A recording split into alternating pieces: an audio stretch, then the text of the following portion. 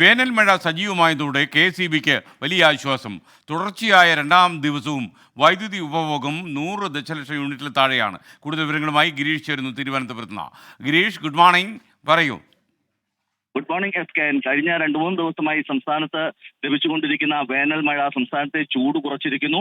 അതോടൊപ്പം വൈദ്യുതി ഉപഭോഗത്തിലും ഗണ്യമായ കുറവ് വന്നിരിക്കുന്നു. കഴിഞ്ഞ രണ്ടാഴ്ചയായി 110 ദശലക്ഷം യൂണിറ്റിന് മുകളിലായിരുന്നു സംസ്ഥാനത്തെ ശരാശരി പ്രതിദിന വൈദ്യുതി ഉപഭോഗമെങ്കിൽ ഇത്തവണ അത് 100-ൽ നിന്ന് താഴ്ന്നിരിക്കുന്നു എന്നുള്ളതാണ് ഏറ്റവും ആശ്വാസകരമായ വാർത്ത.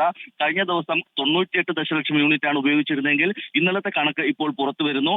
ഇത് 95.69 ദശലക്ഷം യൂണിറ്റ് വൈദ്യുതിയാണ് ഇന്നലെ സംസ്ഥാനം ഉപയോഗിച്ചത്. അതോടൊപ്പം പീക്ക് സമയത്തെ വൈദ്യുതി ആവശ്യകതയിലും ഗണ്യമായ കുറവ് വന്നിരിക്കുന്നു.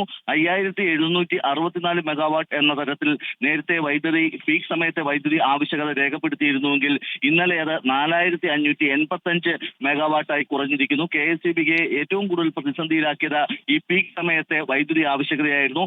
ഇക്കാര്യത്തിൽ ഒരു കുറവ് വന്നതോടുകൂടി സംസ്ഥാന വൈദ്യുതി ബോർഡ് ആശ്വാസത്തിലേക്ക് പോകുന്നു. അതോടൊപ്പം അടുത്ത ആഴ്ച ചേരുന്ന അവലോകന യോഗം ഈ നിയന്ത്രണങ്ങൾ മാറ്റുന്ന കാര്യത്തിൽ ഇപ്പോൾ ഏർപ്പെടുത്തിയിട്ടുള്ള പ്രാദേശിക നിയന്ത്രണങ്ങൾ മാറ്റുന്ന കാര്യം സജീവമായി ചർച്ച ചെയ്യുകയും ചെയ്യും. SKN. Okay, thank you Girish.